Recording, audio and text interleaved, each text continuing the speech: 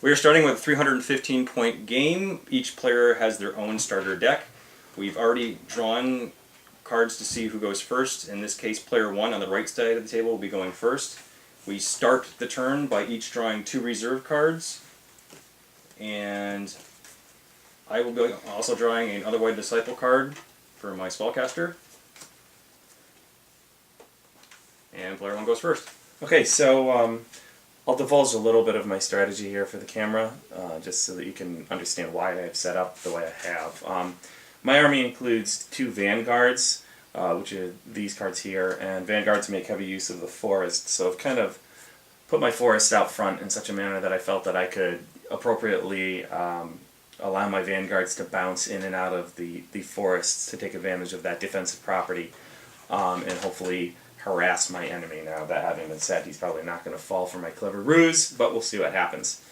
Put my Crusader in the middle so that he can control this aisle of attack, either offensively or defensively. I've done likewise with my Archer to cover that. So at this point, I'm just going to go ahead and move first. I'm going to proceed with basically an aggressive kind of action since I am going first, and see if I can make my opponent a little bit more reactive to the situation. So the Vanguard has a mobility of 3. I'll move him 1, 2, 3, just get him a little closer up to the forest.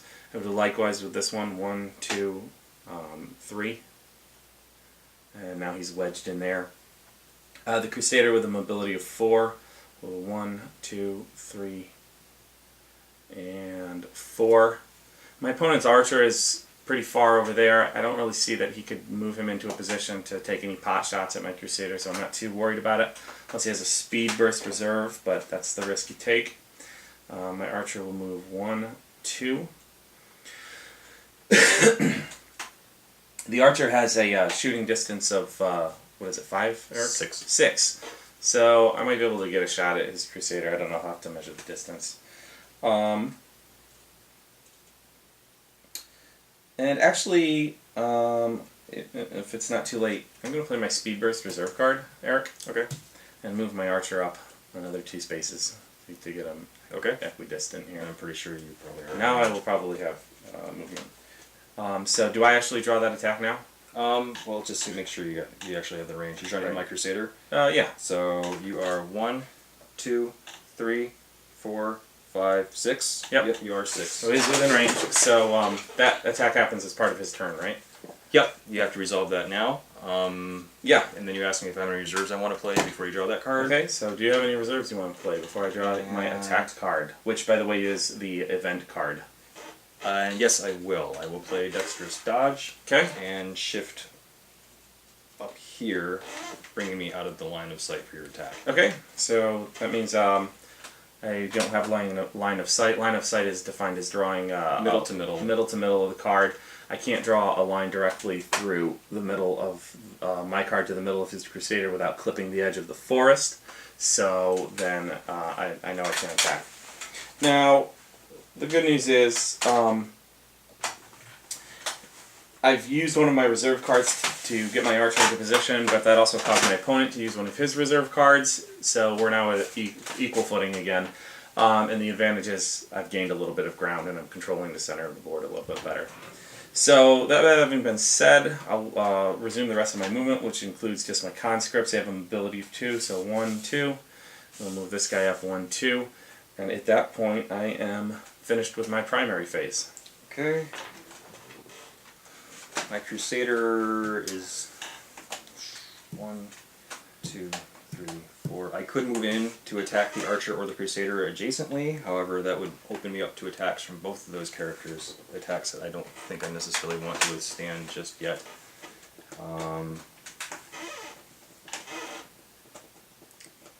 Actually, why not? Okay, so I'm going to move the Crusader up 4.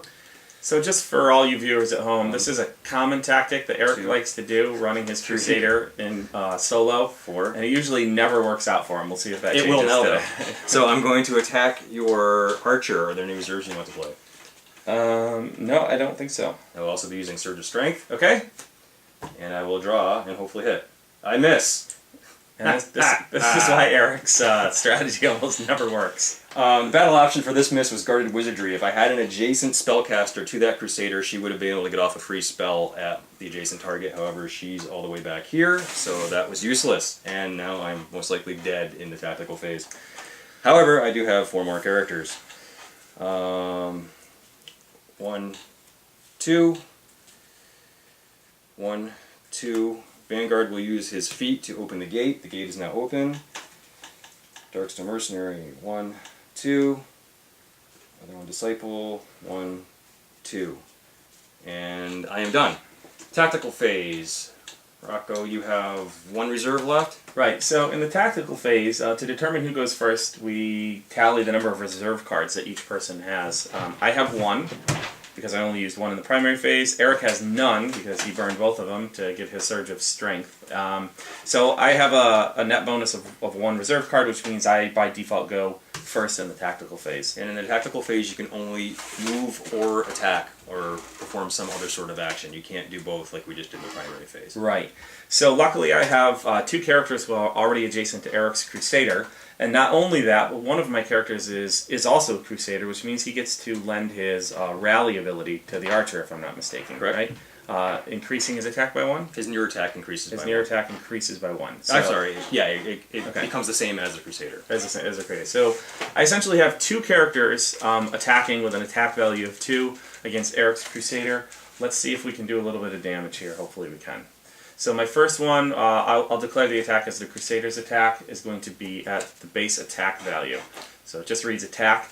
So in order to resolve damage, we take my attack value, which is 2. We subtract Eric's Crusader's near defense, which is 1, and we're left with a total of 1. That's basically 1 token worth of damage, which Eric has peeled off one of the hit tokens and placed it at the bottom of his Crusader card, indicating that he's taken a single token of damage. So that attack is resolved. I'm going to go ahead and put that in my discard pile. Now my Archer gets to strike again, or rather gets to strike. My Archer gets a miss. There is, however, a slight benefit that comes with this miss. It's called Battle Option Fanatic Guard, which basically says an adjacent ally may immediately step to an adjacent unoccupied space. The ally does not suffer a retaliation from adjacent opponents for doing so. So basically what I can do, since I have 1 card that is adjacent to my Archer, and that is of course my Crusader here, I can immediately step to an adjacent unoccupied space. So I'm going to move him up 1 to here, which is also adjacent to my Archer. And Eric's Crusader doesn't get to have the benefit of a retaliation strike. And again, just by moving my Crusader in, I'm still fairly well protected with my other cards. But I control the middle a little bit more. With the Crusader, I have the power to reach out and touch someone, so that gives me a little bit of benefit there. And then for my remaining moves, we will go ahead and move the Vanguard into position here, 1. This Vanguard is going to move to the outside, 1, 2, 3, and try and pick up this collect in a subsequent round. And my Conscript will actually... my Conscript is going to stay put for now. This Conscript will move 1, 2. And basically I want them to be able to take advantage of their charge abilities in the following round. So I am done with my tactical phase. All of my troops have moved, and I will turn it over to Eric for his tactical phase. And this is where I choose Rocco off. Since we are in the tactical phase, I can withdraw without provoking a retaliation attack from adjacent cards. So I will remove the Crusader from this bloodbath. 1, 2, 3 to here, and that's all he's going to do for this turn. He can't do this phase. He can't do anything else. He's moved. The other one, Disciple, for her feat is going to heal the Crusader 1. That's an automatic action that occurs, and that heals the Crusader. And the Darkstone Mercenary will move up here to stop up, to cork up that hole.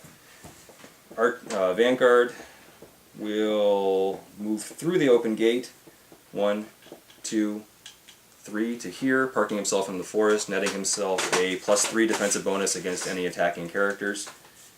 Archer will move 1, 2 to here, and I'm done.